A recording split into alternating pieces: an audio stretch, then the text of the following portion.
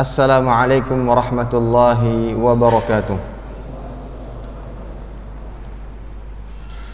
Alhamdulillah, wassalatu wassalamu ala rasulillah wa ala alihi wa sahbihi wa man sara ala darbihi wastanna bisunnatihi ila yaumil qiyamah, amma ba'd. Ikhwatal iman, bapak ibu, saudara-saudari, kaum muslimin dan muslimat, semoga Allah Ta'ala menjaga kita. Alhamdulillah, senantiasa kita panjatkan rasa syukur kita kepada Allah Ta'ala atas segala limpahan nikmat dan karunia yang Allah Ta'ala berikan kepada kita. Salawat dan salam senantiasa kita haturkan kepada junjungan kita Nabi Muhammad sallallahu alaihi wasallam beserta kerabat beliau, para sahabat dan orang-orang yang senantiasa terus-menerus berada di jalannya sampai hari kiamat kelak. Ikhwatal iman, bapak ibu, saudara-saudari, kaum muslimin dan muslimat yang dimuliakan Allah Subhanahu wa taala.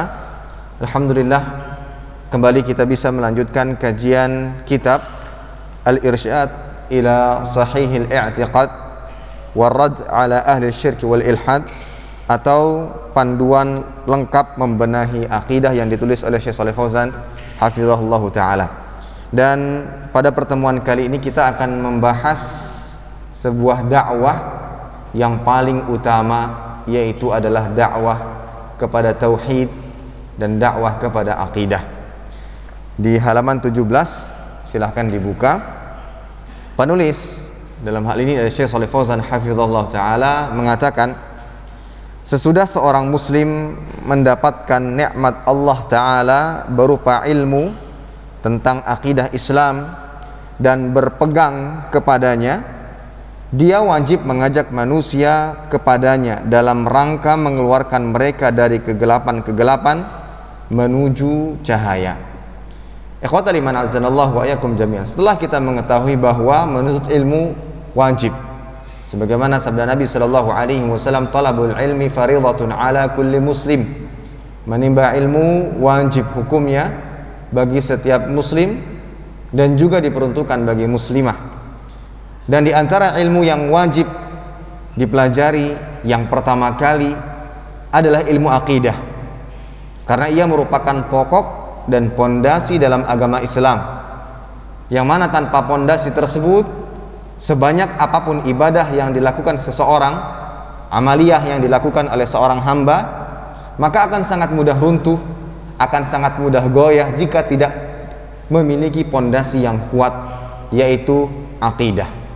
Baik, setelah dia mempelajari ilmu akidah, kemudian berusaha untuk mengamalkannya, penulis rahimahullah ta'ala atau hafizahullah ta'ala, beliau ingin mengajak kepada kaum muslimin agar orang-orang yang berilmu, dalam hal ini adalah ilmu akidah, untuk mengajak manusia kepada akidah, kepada tauhid yang benar. Nah, di sini ada ajakan untuk berdakwah. Dan perlu kita ketahui, berdakwah dalam agama Islam hukumnya wajib. Berdakwah hukumnya wajib. Banyak dalil yang menunjukkan akan hal ini, di antaranya surat Ali Imran ayat 104, Allah Ta'ala berfirman, wal takum minkum ummatun yad'una ilal khair wa ya'muruna bil ma'ruf wa yanhauna 'anil munkar wa ulaika humul muflihun. Dan hendaklah ada di antara kalian segolongan umat yang menyuruh kepada kebajikan, menyuruh kepada yang ma'ruf, dan mencegah dari yang mungkar. Merekalah orang-orang yang beruntung. Dan di antara perkara yang mana kita mengajak manusia kepadanya, yang paling terpenting, yang paling utama adalah tauhid, adalah akidah. Begitu pula dalil yang lain dalam surat An-Nahl ayat 125, Allah Ta'ala mengatakan, ud'u ila sabili rabbika bil hikmati wal mau'izatil hasanah wajadilhum billati hiya ahsan.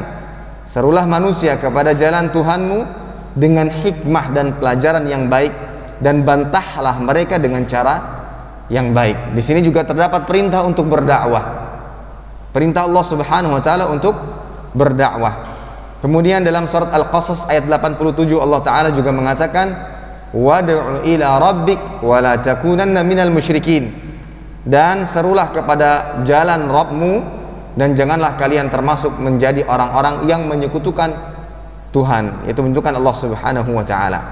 Kemudian pula dalam surat Yusuf ayat 108 Allah taala mengatakan, "Qul hadhihi sabili ad'u ila Allah ala basiratin ana wa man ittaba'ani." Katakanlah, inilah jalanku, jalan agamaku, aku dan orang-orang yang mengikutiku, mengajak kamu kepada Allah dan dengan hujjah yang nyata. Jika dilihat dari dalil-dalil atau ayat yang kita bacakan, semuanya menggunakan kata perintah. Dan dalam kaidah usul fiqh, al-amru yaqtadil wujub. Perintah itu menunjukkan kepada kewajiban. Hanya saja para ulama menjelaskan bahwa kewajiban yang dimaksud di sini adalah kewajiban kifayah, fardu kifayah. Apa itu fardu kifayah? Fardu kifayah apabila telah dikerjakan oleh sebagian, maka gugur kewajiban pada sebagian yang lainnya. Di antara dalil yang menunjukkan hal tersebut adalah surat At-Taubah ayat 122. Allah taala mengatakan, "Wa ma kanal mu'minun liyanfiru kaffah falawla nafara min kulli firqatin minhum ta'ifatun liyatafaqahu fid din wa liyunziru qaumahum idza raja'u ilaihim la'allahum yahdharun." Tidak sepatutnya bagi mukmin itu pergi semuanya ke medan perang. Mengapa tidak pergi dari setiap golongan-golongan di antara mereka beberapa orang untuk memperdalam pengetahuan tentang agama dan untuk memberi peringatan kepada kaumnya apabila mereka telah kembali kepadanya, supaya mereka itu dapat menjaga dirinya. Dari sini dapat kita ambil pelajaran bahwa berdakwah wajib kifayah, ya. Dalam arti ketika setelah ada di sebagian umat berdakwah di jalan Allah taala, maka gugur kewajiban tersebut kepada yang lain. Akan tetapi perlu difahami ikhwatal iman, ada sebagian ulama yang memberikan rincian bahwa hukum asal ibadah wajib itu adalah fardhu ain. Dalam kasus ini, dalam kasus berdakwah, hukum asalnya adalah fardhu ain alal a'yan. Jadi setiap orang itu memiliki kewajiban untuk berdakwah fi sabilillah. Hanya saja ketika ada sebagian yang sudah mengerjakannya, maka gugur bagi yang lainnya. Namun kalau seandainya belum ada yang mengerjakannya di antara orang-orang yang ada di sekitar atau di lingkungan tersebut, maka semuanya berdosa. Ya, maka semuanya berdosa. Maka asalnya bisa dikatakan sebagai fardhu ain. Ya, asalnya secara menyeluruh bisa dikatakan sebagai fardhu ain. Hanya saja ketika sudah ada yang mengerjakannya, maka berubah hukumnya menjadi fardu kifayah bagi sebagian yang lainnya. Baik ikhwatal iman kaum muslimin dan muslimat, semoga Allah taala menjaga kita semua, memberikan hidayah dan petunjuk kepada kita. Yang perlu diketahui ikhwatal iman adalah ketentuan dalam berdakwah. Karena ada sebagian orang dengan mengetahui kewajiban berdakwah, dengan besarnya keutamaan yang Allah taala janjikan bagi para pendakwah, ada banyak di antara kaum muslimin yang terdorong bersemangat untuk memberikan dan menyampaikan dakwah. Padahal ada ketentuan-ketentuan yang harus dia penuhi terlebih dahulu sebelum dia berdakwah. Ya.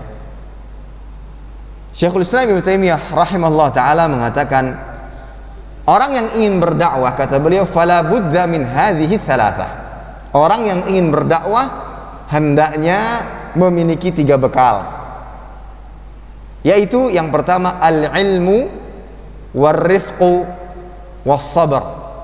Yaitu yang pertama adalah ilmu, yang kedua akhlak, dalam hal ini adalah kelemah lembutan, yang ketiga adalah kesabaran. Ya, adalah kesabaran. Dan beliau mengatakan al-ilmu qabla al-amri wan nahyi. Berilmu itu sebelum kita mengajak dan mencegah orang lain. Dalam arti bekali diri dengan ilmu sebanyak-banyaknya sebelum kita berbicara dengan mengajak orang lain kepada kebaikan, mencegah orang lain dari keburukan. Sebelum kita lakukan itu, maka yang pertama kali dilakukan adalah berilmu. Al-ilmu qabla al-amri wan nahyi war-rifqu ma'ahu was-sabru ba'dahu. Adapun ar-rifqu, kelemah lembutan, itu kapan kita perlukan? Kita perlukan ketika kita sedang mendakwahkan, ketika kita sudah memiliki ilmu yang cukup untuk berdakwah. Selagi berdakwah harus dibarengi dengan kelemah lembutan. Warifqu ma'ahu was-sabru ba'dahu. Adapun kesabaran setelahnya. Bisa jadi ketika kita berdakwah, setelah berdakwah menyampaikan kebenaran kepada kerabat-kerabat terdekat kita, mungkin kita akan dijauhi, mungkin kita akan dienjek, mungkin kita akan dicaci maki, mungkin kita akan diganggu. Maka bersabarlah setelahnya. Maka ini 3 bekal yang disebutkan oleh beliau yang harus dimiliki oleh seorang penuntut atau seorang yang ingin berdakwah di jalan Allah Subhanahu wa taala. Kemudian Al-Qadhi Abu Ya'la juga mengatakan, la ya'muru bil ma'ruf wa yanha 'anil munkar illa man kana faqihan ya'muru bih. Faqihan fima ya'muru bih, faqihan fima yanha 'an, rafiqan fima ya'muru bih, rafiqan fima yanha 'an, haliman fima ya'muru bihi, haliman fima yanha 'an.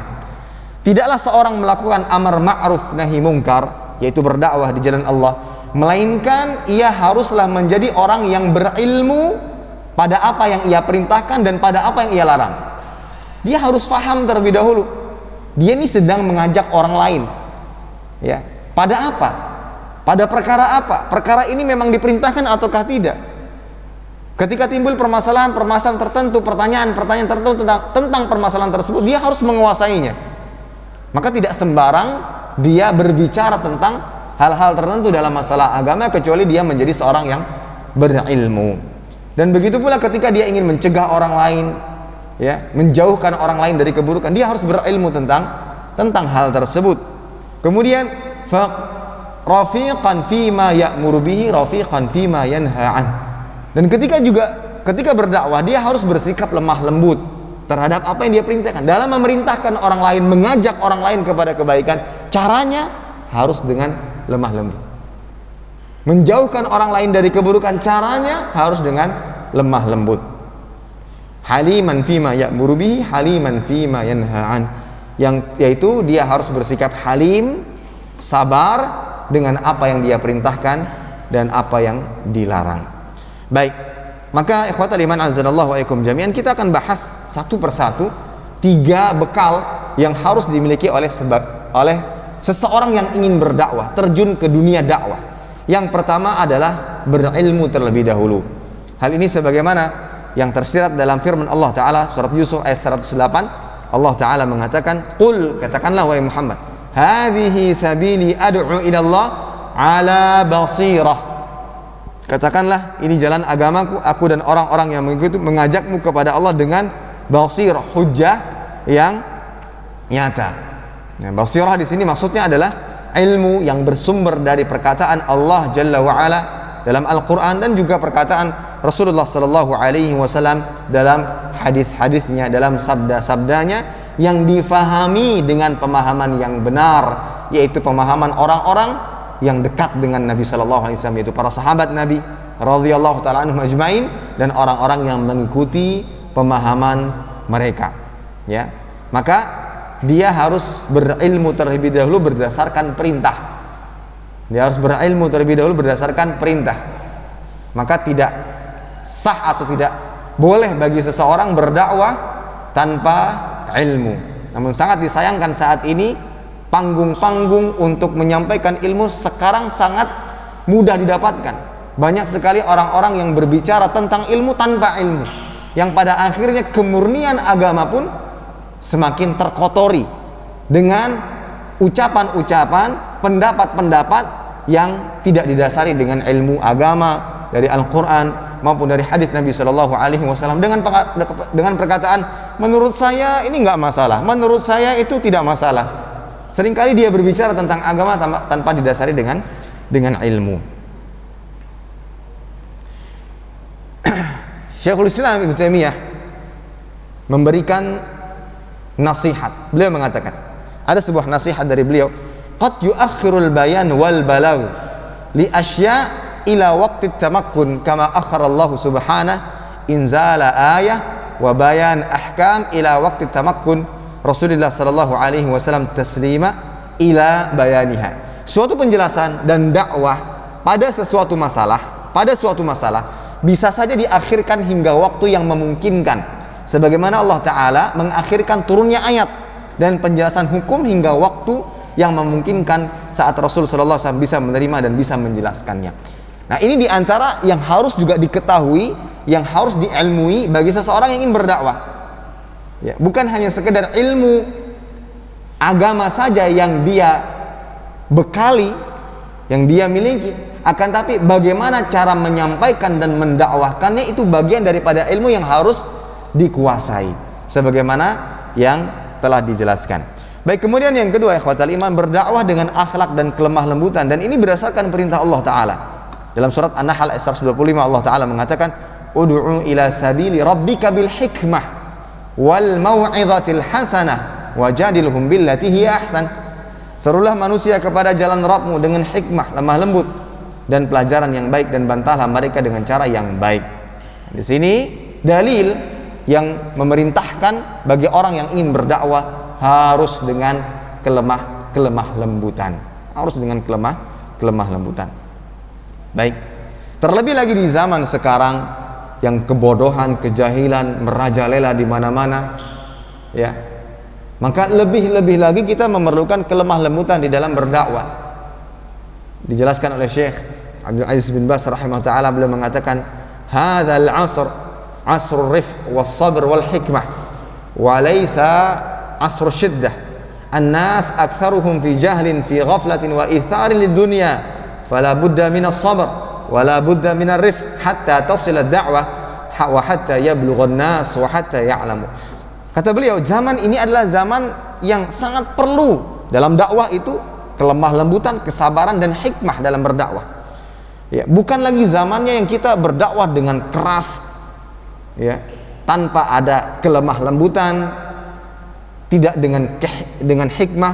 Kenapa? Karena kebanyakan manusia di atas kejahilan, di atas kebodohan, kelalaian, yang lebih mementingkan dunia dibandingkan akhirat mereka. Itulah zaman sekarang, ya. Mereka rela meninggalkan agamanya, meninggalkan syariat Allah Ta'ala demi harta, demi dunia. Itulah era kita sekarang, itulah zaman kita sekarang. Sehingga tatkala kita berdakwah dengan keras, mereka tidak akan pernah mungkin mau mendengar apa yang kita sampaikan, karena dari awal mereka sudah menolak. Maka saya kurang setuju ketika ada yang mungkin niatnya adalah ingin menyampaikan kebenaran melalui video-video yang dia posting, tapi caranya adalah tidak benar. Sering kali yang terjadi adalah ketika dia menyandingkan antara ustadz ini dengan ustadz ini. Ini menyampaikan demikian, kemudian dia ingin bantah dengan ustadz-ustadz yang lainnya. Tapi cara penyampaiannya mungkin di sini ditambah macam-macam, tulisan macam-macam yang terkesan seperti merendahkan. Baik, pada saat itu orang-orang yang mungkin pro dengan ustadznya, apakah dia akan mendengar isi ceramahnya, atau mungkin dari awal dia sudah menolaknya? Dari awal dia sudah menolaknya. Kalau seandainya kita ingin ilmiah, ingin menjelaskan mana hak dan mana yang batil, tidak perlu dengan embel-embel macam-macam yang terkesan ingin merendahkan, ya. Karena dari sisi lain beliau sangat dimuliakan, dianggungkan oleh murid-muridnya. Maka tatkala kita ingin menyampaikan kebenaran dengan hikmah, dengan kelemah lembutan, ya, sebagaimana yang beberapa kali saya perhatikan ada yang demikian. Ini justru orang tidak akan semakin anti, malah semakin menjauh. Namun kalau seandainya yang lebih terlihat, tertanam itu adalah kelemah lembutan, justru mereka semakin penasaran. Itu orang-orang yang di sana seringkali dicaci, diinjek, dikatai macam-macam, tidak pernah kita lihat balasan dari mereka. Justru mereka balas dengan senyuman. Justru mereka balas dengan kelemah lembutan. Justru perbuatan-perbuatan ini yang akan mendorong mereka untuk mendekat, untuk mencari kebenaran. Sebagaimana sebagian yang mengakui dirinya sebelum dia hijrah. Kenapa dia bisa datang, dia belajar, dia mau membuka hati? Karena kelembutan ustadznya, karena kelembutan orang-orang yang berada atau yang telah hijrah. Bagaimana berusaha mengajaknya, ketika di debat dijawab dengan cara yang baik, dengan cara yang hikmah, ya. Ketika dikatai macam-macam, dia tidak tersinggung. Maka ini yang harus kita perhatikan baik, kelemah lembutan dalam dakwah. Seringkali mungkin kita terbawa emosi, misalkan lagi membicarakan ustadz kamu itu gini. Mungkin kita terbawa emosi, yang pada akhirnya yang keluar dari lisan kita adalah kata-kata yang tidak hikmah, Yang justru membuatnya ya semakin mantap. Oh, memang seperti inilah akhlak mereka. Sok paling benar, sok ini. Maka kelemah lembutan ini adalah bekal, salah satu bekal yang harus dimiliki oleh masing-masing di antara kita. Ya, tunjukkan kelemah lembutan ya di dalam berdakwah. Maka dari itu pesan Syekh bin Baz rahimahullah, ini zaman yang sangat perlu kelemah lembutan di dalam berdakwah. Ya, kita merasa sudah punya ilmu, sudah mengkaji, belajar, kita tahu hukumnya ini dan ini dan ini. Tapi yang perlu kita pelajari adalah bagaimana cara menyampaikannya. Ya, harus dengan lemah lembut. Kemudian yang ketiga adalah kesabaran. Ya, sebagaimana Allah Ta'ala mengisahkan bagaimana para nabi terdahulu, para rasul terdahulu berdakwah dan mereka bersabar atas gangguan-gangguan umat-umatnya yang menolak dakwahnya. Allah Ta'ala mengatakan dalam surah Al-An'am ayat 34, walaqad kudzibat rusulun min qablika fasabaru ala ma kudzibu wa udhu hatta atahum nasruna. Dan sesungguhnya telah didustakan pula rasul-rasul sebelum engkau, akan tapi mereka bersabar terhadap pendustaan dan penganiayaan yang dilakukan. Bukan hanya didustakan, dianiaya, tapi mereka bersabar sampai datang pertolongan kami kepada mereka. Sabar.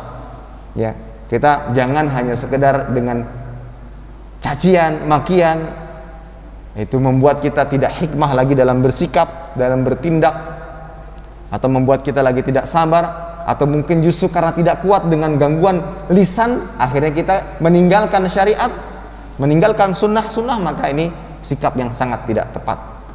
Dulu orang-orang terdahulu gangguan yang mereka dapatkan bukan hanya dengan lisan yang membuat mereka, telinga mereka panas, tapi bahkan dengan fisik mereka diganggu, dianiaya dan seterusnya. Akan tapi mereka bersabar, dan kesabaran tersebutlah Allah Ta'ala dengan kesabaran tersebutlah Allah Ta'ala mendatangkan pertolongan bagi mereka. Baik, khotbah liman azanallahu wa iyyakum jami'an. Itulah ketentuan orang yang ingin berdakwah di jalan Allah Subhanahu wa taala. Baik. Kemudian khotbah liman azanallahu wa iyyakum jami'an. Tugas pendakwah dalam mengajak manusia kepada tauhid atau mungkin perkara-perkara penting lainnya, pada dasarnya yang mereka lakukan adalah mengeluarkan manusia dari kegelapan menuju cahaya. Ya, ketika mereka berdakwah mengajak manusia kepada kebaikan, yang mereka lakukan pada dasarnya adalah mengajak manusia, mengeluarkan manusia dari kegelapan menuju cahaya. Nah, itulah yang disebutkan oleh penulis dengan membawakan firman Allah Ta'ala dalam surah Al-Baqarah ayat 256 sampai 257. Allah Ta'ala mengatakan, la ikraha fid din qad tabayyana ar-rusydu minal ghayy faman yakfur bit-taghut wa yu'min billah faqad istamsaka bil 'urwatil wuthqa lan fisama laha wallahu samii'un alim. Allahu waliyyul ladzina amanu yukhrijuhum minadh dhulumati ilan nur wal ladzina kafaru awliya'uhum at-taghut yukhrijunahum minan nuri ilal dhulumat ulaika ashabun nar hum fiha khalidun. Tidak ada paksaan dalam menganut agama Islam. Sungguhnya telah jelas perbedaan antara jalan yang benar dengan jalan yang sesat. Barang siapa yang kufur kepada taghut dan beriman kepada Allah, maka sungguh dia telah berpegang teguh kepada tali yang sangat kuat yang tidak akan putus. Dan Allah Maha mendengar lagi Maha mengetahui. Allah adalah pelindung orang-orang yang beriman. Dia mengeluarkan mereka dari kegelapan dan kepada cahaya, yaitu keimanan. Dan orang-orang kafir pelindung mereka adalah taghut yang mengeluarkan mereka dari cahaya kepada kegelapan. Mereka adalah penghuni neraka dan mereka kekal di dalamnya. Nah, di sini seorang dai, pendakwah, di antara tugasnya yaitu mengajak manusia kepada cahaya, mengeluarkan mereka dari kegelapan menuju cahaya. Baik. Ada sebagian yang kalau tidak salah pernah kita sampaikan di dalam kajian, bahwa ada sebagian yang salah memahami dalam ayat ini. Mereka menganggap bahwasanya ayat ini sebagai dalil bahwa tidak ada paksaan dalam memilih agama. Jadi silahkan. Dan ini sebagai dalil bahwa seluruh agama benar, seluruh agama bisa diterima dengan dalil la ikraha fid din. Tidak ada paksaan dalam agama. Mereka berdalil dengan dalil ini bahwasanya siapapun bebas memilih agama yang dia inginkan. Maka tafsiran yang benar tidaklah demikian. Justru ini adalah ancaman sebenarnya, pembiaran, dengan adanya penjelasan setelahnya, la ikraha fiddin qad tabayyana ar-rusydu minal ghayy. Memang tidak ada paksaan dalam agama. Kenapa? Yang jelas telah jelas yang benar dari jalan yang sesat. Karena jalan yang benar itu sudah jelas. Ya. Itu sudah jelas. Ini minuman atau makanan yang halal, yang lezat, yang bergizi. Ya. Jelas disepakati. Yang satunya lagi ini makanan yang tidak sehat, yang bisa memberikan madarat. Maka saya tidak akan memaksa Anda. Ini sudah saya jelaskan. Ya. Namun bukan berarti saya melegalkan, menghalalkan, mengajak Anda kepada makanan atau memakan makanan yang tidak baik. Tidak. Saya sudah sampaikan, maka tidak ada paksaan. Dan memang pada dasarnya kita dilarang untuk memaksa seseorang. Yang disebutkan salah satu sebab atau sebab turunnya ayat ini adalah karena adanya paksaan orang tua memaksa anaknya untuk masuk ke dalam agama Islam. Dilarang. Kita menjelaskan, dan dalam ayat ini juga tersirat makna bahwa tugas kita ini hanya memberikan petunjuk secara hidayah irsyad. Kita mengajak orang lain, menyampaikan dakwah kepada orang, itulah tugas kita sebagai kepala keluarga, sebagai orang tua, sebagai kakak, sebagai adik, paman, dan seterusnya. Kita mengajak orang lain, itu tugas kita. Adapun hidayatut taufik, yang menjadikan seorang dari buruk menjadi baik, yang ahli maksiat menjadi ahli taat, itu adalah kewenangan Allah Subhanahu wa taala. Ya. Jangan sampai karena kita saking jengkelnya, kok ini nggak berubah-ubah, ini kok masih saja bermaksiat, ini masih saja buruk, kemudian kita dengan ancaman, dengan paksaan, ini bukan lagi kewenangan kita ketika seandainya dia belum bisa. Tugas kita adalah terus berdakwah, terus menyampaikan, terus menasehati. Sampai kapan? Sampai salah satu di antara keduanya siapa yang mati duluan. Ya. Kalau seandainya kita betul-betul sayang kepada orang yang kita nasihati ini, kita ingin dia selamat dari siksa, selamat dari azab, kita terus dakwahkan sampai siapa yang duluan mati, saya duluan mati atau Anda duluan mati. Terutama yang masih memiliki keluarga, kerabat, atau ayah, ibu, anak, kakak, adik yang belum mengenal sunnah dengan baik, yang masih jauh dari sunnah, yang masih bergelimang dengan pekerjaan-pekerjaan yang haram, maka jangan pernah berhenti untuk mendakwahkan, jangan pernah berhenti untuk mengajak, ya, karena hidayah tidak ada yang tahu. Tugas kita menyampaikan hidayah taufik, ya. Allah yang maha tahu kapan dia berhak untuk mendapatkan itu. Sebagaimana ada yang bercerita ketika dia berada di tengah-tengah keluarganya, saudara-saudaranya, saudara kandung, saat itu dia sangat dimusuhi oleh salah satu adiknya yang paling keras memusuhi, dan sekarang yang paling kuat dalam mendukung. Jadi beliau ini sendirian di tengah-tengah keluarga yang berusaha memegang sunnah, dimulai dari pakaian, dimulai dari ibadah-ibadah, berusaha memisahkan diri dari hal-hal yang tidak disyariatkan. Nah, ada di antara keluarganya, saudaranya, dan ini saudara sekandung, paling keras dalam memusuhi. Terlihat dari ucapan dan tindakan. Saat ini apa? Yang saat itu terucap dari lisan beliau adalah bukan ucapan-ucapan buruk. Semoga engkau dapat hidayah. Sambil nangis-nangis. Ketika diganggu, ketika dijauhi, ketika dikata-katai, sambil nangis-nangis karena sedih, mungkin gangguan tersebut berasal dari saudara sendiri. Tapi yang terucap adalah semoga dapat hidayah. Ternyata sekarang menjadi orang yang paling mendukung. Bahkan ketika diganggu oleh yang lainnya, dia yang paling membela. Maka jangan pernah berhenti memberikan dakwah, menyampaikan dakwah. Karena tadi apa? Tugas kita bagaimana mengajak orang lain dari kegelapan menuju cahaya. Kalau kita betul-betul cinta dan sayang kepada siapa yang kita dakwahi ini, tidak ada kata berhenti. Tidak ada kata, sudah saya nasihati Ustaz, ya sudah, orangnya nggak mau lagi. Nggak ada. Kalau kita memang betul-betul cinta dan sayang kepadanya, dakwahi terus. Sampai salah satu di antara keduanya menghembuskan nafas terakhirnya. Terus berdakwah. Karena bisa jadi mungkin di akhir hayatnya dia berubah. Ya. Bisa jadi. Kita hanya berusaha dan banyak-banyak berdoa kepada Allah Subhanahu wa taala. Tidak ada yang tidak mungkin dengan izin Allah. Allah yang membolak-balikkan hati manusia. Ya. Dan saya rasa kisah-kisah para sahabat dahulu itu sudah sangat jelas, kejadian yang sangat nyata. Ada orang-orang yang sangat benci dengan Islam, hendak membunuh Nabi Shallallahu Alaihi Wasallam, menjadi orang yang paling kuat dalam membelanya. Umar bin Khattab radhiyallahu taala. Maka seharusnya kita juga demikian, yakin hidayah taufik di tangan Allah Taala. Maka terus berdakwah, mengajak orang lain kepada kebenaran, mengeluarkan mereka dari kegelapan. Fama yakfur bit-taghut wa yu'min billah faqad istamsaka bil urwatil wuthqa lan fisama laha. Dan barang siapa yang mengingkari taghut, dan ini dakwah tauhid tuh. Bagaimana mengajak orang lain untuk mengingkari taghut, kesyirikan, syaitan, ya. Lawan dari tauhid, taghut. Mengajak manusia agar mengingkari ini, menjauhi ini.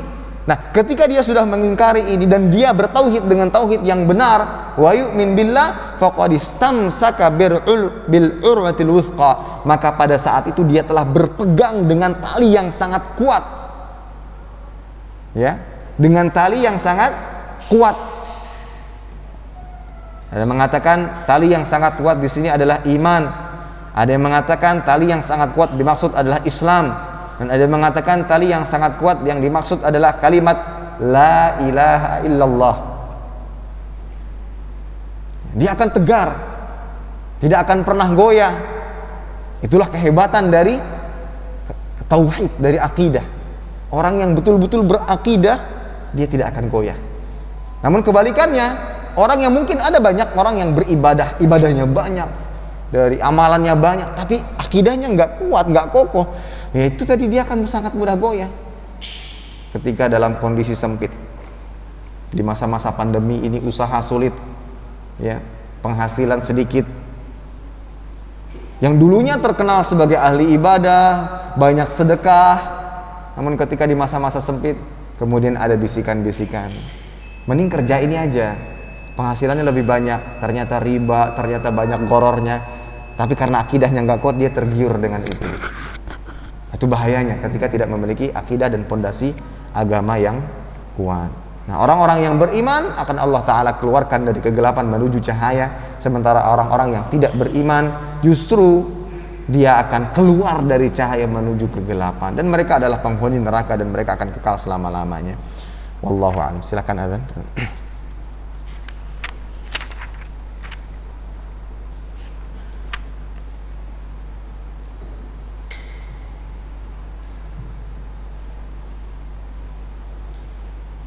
Allahu Akbar, Allahu Akbar,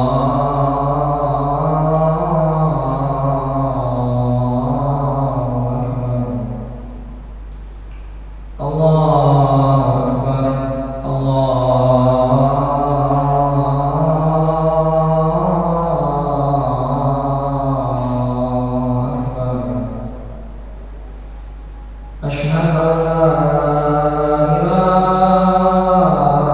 illallah.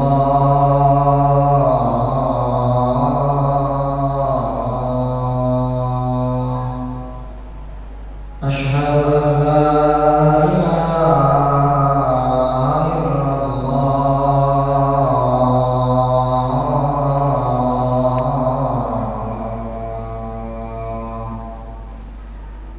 Asyhadu anna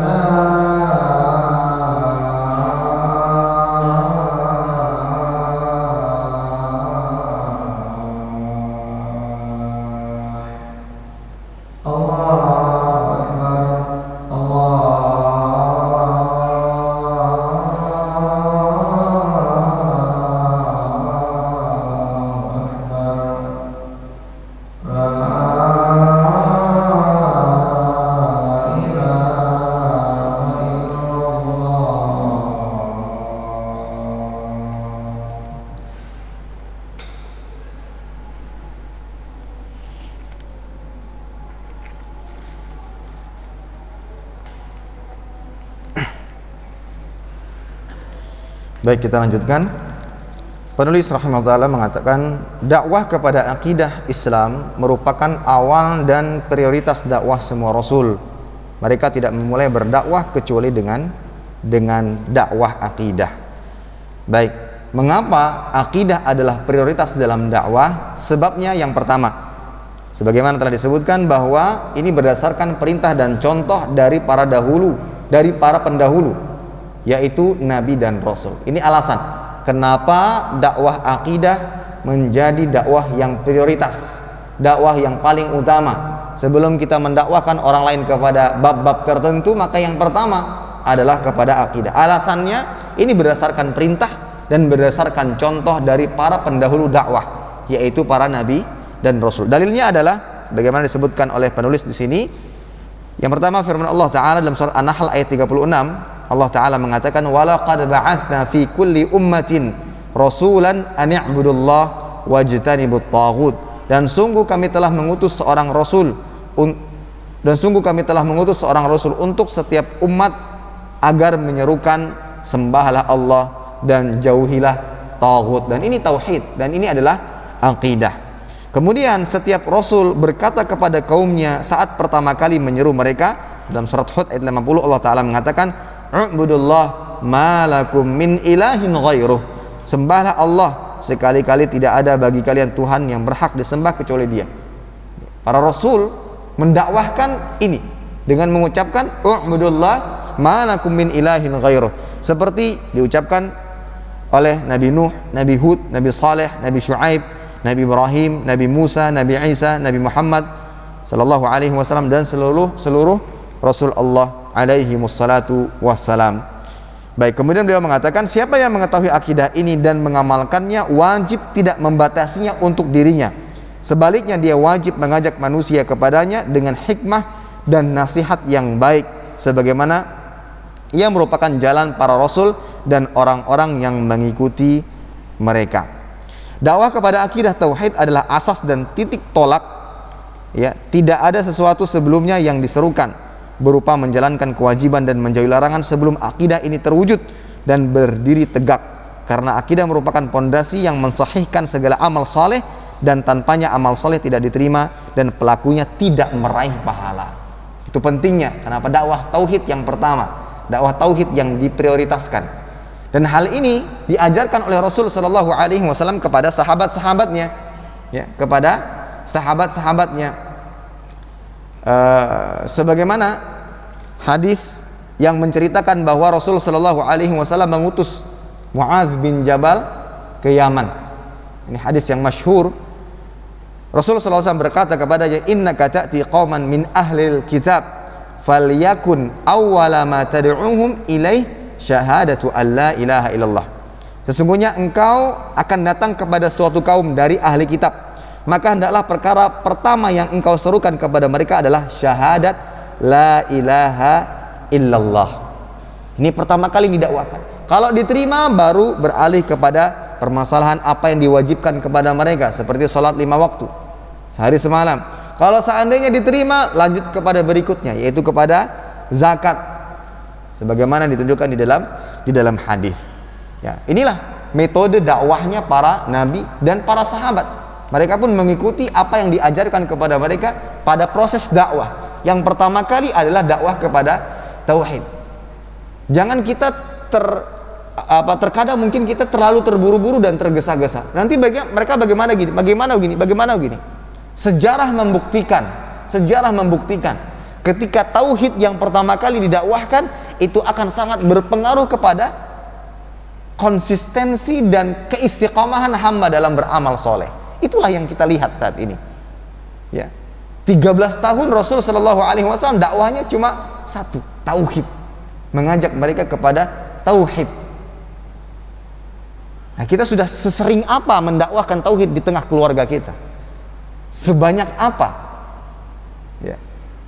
Kan mereka sudah Islam, Ustaz, dari lahir. Kan mereka sudah sering kajian. Bukan berarti itu kita menjadikan kita lengah agar mengingatkan mereka kepada masalah tauhid. Ketika misalkan nih, masalah rezeki, masalah penghasilan, ketika kita mungkin pada saat ini penghasilan sedikit, Di situ istri mungkin sudah mulai, kenapalah penghasilan gini? Kok kenapa dan kenapa? Nah, itu menunjukkan apa? Harus dimantapkan lagi tauhidnya.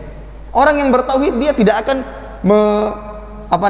menunjukkan sikap tidak bersyukur dengan apa yang Allah berikan. Seharusnya orang yang bertauhid, nggak apa-apa Abi, inilah rezeki kita, dan kita harus yakin. Justru istri yang menguatkan. Nah, kalau mulai ada keluhan-keluhan yang menunjukkan dia tidak percaya kepada Allah Ta'ala, terhadap rezeki dari Allah Ta'ala, ini menunjukkan akidahnya perlu dikuatkan lagi. Ya, bukan berarti kita karena sudah belajar, sudah ngaji, sudah ini nggak perlu lagi belajar akidah. Tidak, kita harus mantapkan, ya, harus lebih banyak tentang masalah-masalah akidah. Nah, sehingga metode-metode dakwah sebagian orang yang mendahulukan yang lainnya, ini adalah dakwah yang keliru, ya, karena mungkin dengan alasan dakwah tauhid itu memecah belah umat, ya, maka kita awali dengan lebih banyak ke masalah-masalah adab-adab, tauhidnya diabaikan, akidahnya diabaikan, maka tidak akan pernah ketemu, ya, dengan tujuan untuk mempersatukan. Ya, bagaimana mungkin kita akan bersatu sementara akidah dan manhaj dalam memahami agama berbeda-beda? Ya. Mungkin secara jasad kita berkumpul, akan tapi hati-hati kita berpecah belah. Disebabkan karena apa? Karena akidahnya tidak kuat. Maka dari itu yang harus kita utamakan adalah kalimat tauhid. Ya. Itu kalimat tauhid, la ilaha illallah, menyerukan manusia kepada tauhid. Maka alasan yang pertama kenapa dakwah tauhid dulu yang paling utama, yang paling prioritas, karena dia adalah perintah Allah Ta'ala, dan yang kedua adalah contoh dari para pendahulu dakwah, yaitu para nabi dan rasul. Kalau seandainya tujuan kita kan dalam berdakwah agar sukses dakwah kita, maka ikuti dakwahnya para nabi dan rasul yang banyak membuahkan hasil dengan cara mendahulukan masalah akidah dan tauhid. Kemudian yang kedua, kenapa dakwah tauhid dulu? Karena tauhid pondasi agama, sebagaimana sudah kita sampaikan. Maka dalam membangun rumah, yang dibangun pertama kali bukan atapnya, bukan dindingnya, bukan pernak-perniknya, tapi yang pertama kali adalah pondasinya. Dan kalaupun pondasinya kita buat sembarangan, makanya ada sebagian rumah sebulan roboh, ya, miring, cembung dan semisalnya, kekurangan-kekurangan, karena asal-asalan dalam membangun pondasinya. Maka yang pertama kali yang harus diperhatikan baik-baik adalah pondasinya. Mungkin ada sedikit kerusakan-kerusakan pada atapnya, ada retaknya, akan lebih mudah memperbaikinya. Masalah seperti kita, akidah kita kuat, mungkin ada kekurangan dalam beramal ini kurang dalam amal ini, tapi orang yang berakidah dikasih nasihat sekali, dia akan ingat kepada Allah Ta'ala.